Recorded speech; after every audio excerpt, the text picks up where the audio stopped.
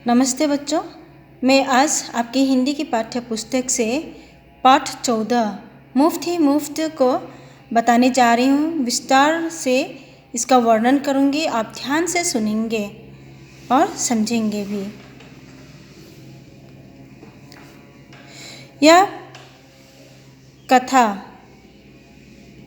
गुजराती लोक कथा है। यह कहानी जो है यह गुजरात की लोक कथा है। भिखू भाई जरा कंजूस थे। कैसे थे वे? बहुत कंजूस थे। एक दिन उनका मन नारियल खाने का हुआ, लेकिन इसके लिए ना तो वे बाजार जाना चाहते थे, ना ही पैसे खर्च करना चाहते थे, क्योंकि वे बहुत कंजूस थे। वे सीधे खेत में जाकर बूढ़े बरगद के नीचे बैठ गए और सोचने लगे, क्या करूं? फिर उठे, घर आए, जूते पहने और छड़ी उठाकर बाजार निकल पड़े, केवल यह जानने के लिए नारियल आजकल कितने में बिक रहे हैं। बाजार में जब नारियल वाले ने पूछने पर बताया कि एक नारियल 2 रुपये में है तो भिखू भाई की आंखें फैल गईं। उन्होंने कहा, बहुत ज़्यादा है, 1 रुपये में दे दो। नारियल वाला तैयार नहीं हुआ। भिखू भाई ने उससे पूछा, अच्छा तो बताओ 1 रुपये में कहाँ मिलेगा? नारियल वाले ने जब बताया कि मंडी में, तब भिखू भाई फौरन उसी तरफ चल पड़े। मंडी में व्यापारियों की ऊंची ऊंची आवाज़ें गूंज रही थीं। भिखू भाई ने इधर उधर देखा और बहुत जल्दी उन्हें नारियल वाला दिख गया। उन्होंने उससे 1 नारियल का दाम पूछा। नारियल वाले ने कहा, सिर्फ 1 रुपया में, जो चाहो ले जाओ। भिखू भाई ने उसकी तरफ 50 पैसे बढ़ाते हुए कहा, 50 पैसे काफ़ी हैं, मैं इस नारियल को लेता हूँ और तुम यह लो, पकड़ो 50 पैसा। नारियल वाले ने झट उनके हाथ से नारियल छीन लिया और कहने लगा, हो सकता है बंदरगाह पर तुम्हें 50 पैसे में मिल जाए।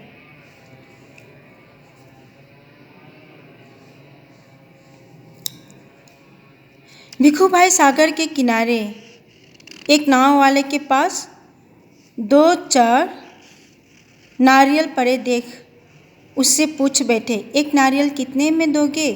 नाव वाले ने जवाब दिया, 50 पैसे में। भिखू भाई हैरान रह गए। उन्होंने कहा, इतनी दूर से पैदल आया हूँ, 50 पैसे बहुत ज़्यादा है, मैं तुम्हें 25 पैसे दूंगा। नाव वाला तैयार नहीं हुआ। हाँ, उसने भिखू भाई को नारियल के बगीचे में जाने की सलाह दी।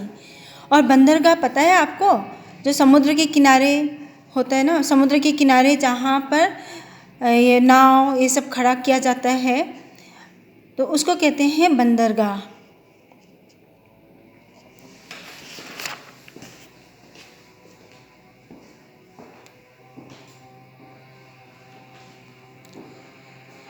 भिखू भाई जब नारियल के बगीचे में पहुंच गए, वहाँ के माली को देखकर उससे पूछा। फिर भिखू भाई नारियल के बगीचे में पहुंच गए, ठीक है, और वहाँ उन्होंने माली को देखा।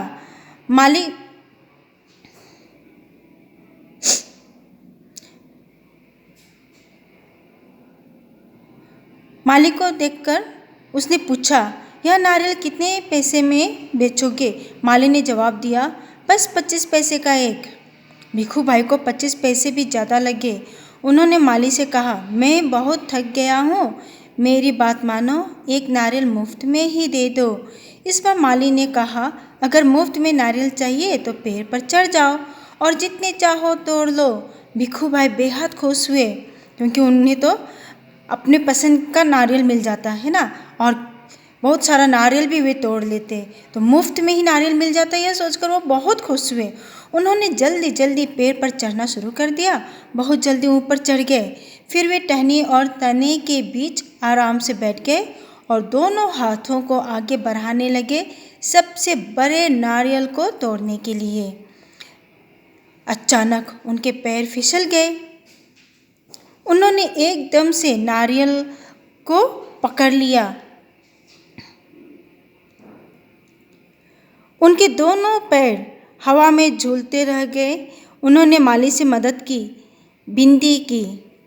मदद के लिए माली को पुकारा। माली मदद देने से मना कर दिया। तभी ऊंट पर सवार एक आदमी वहां से गुजरा। भिखू भाई ने उसे मदद मांगी। वह तैयार हो गया। ऊंट की पीठ पर खड़े होकर उसने भिखू भाई के पैरों को पकड़ लिया। ठीक उसी समय हरे भरे पत्ते खाने की लालच में ऊंट ने गर्दन झुकाई और अपनी जगह से हट गया। नतीजा हुआ कि उसका परिणाम यह हुआ कि वह आदमी ऊंट की पीठ से फिसल गया। अपनी जान बचाने के लिए उसने भिखू भाई के पैरों को कसकर पकड़ लिया। इतने में एक घुड़सवार वहां आया। पेड़ से लटके दोनों जनों ने उससे मदद मांगी।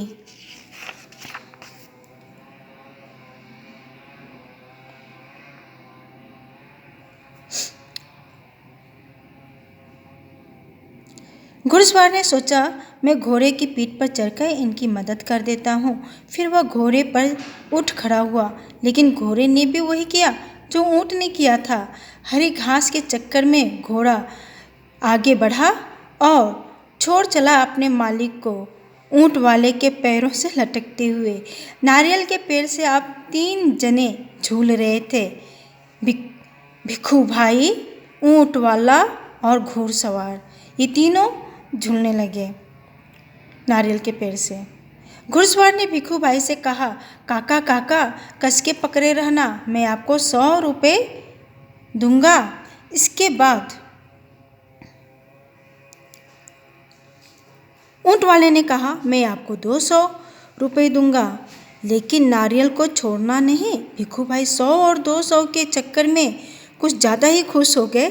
खुशी से उन्होंने अपनी दोनों बाहों को फैला दिया और कस के नारियल पकड़ने के लिए उन्होंने अपने दोनों हाथों को फैला देते हैं। इतने में नारियल हाथ से छूट गया।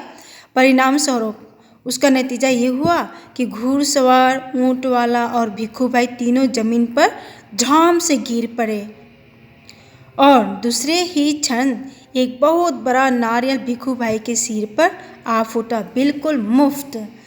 और उनके सिर पर बिल्कुल मुफ्त नारियल आ गिरा। तो समझ गए बच्चों, हमें अधिक लालच भी नहीं करना चाहिए। अधिक लालच करने से भी हमारे लिए नुकसान होता है। और ममता पांडे ने इस कहानी को लिखा है। उनका अनुवाद हिंदी में अनुवाद किया है संध्या राव। ठीक है, यह गुजराती लोक कथा है, मैं आपको बता चुकी हूँ। तो बच्चों फिर मिलेंगे, आप इसे ध्यान से पढ़ेंगे और सुनेंगे भी। धन्यवाद।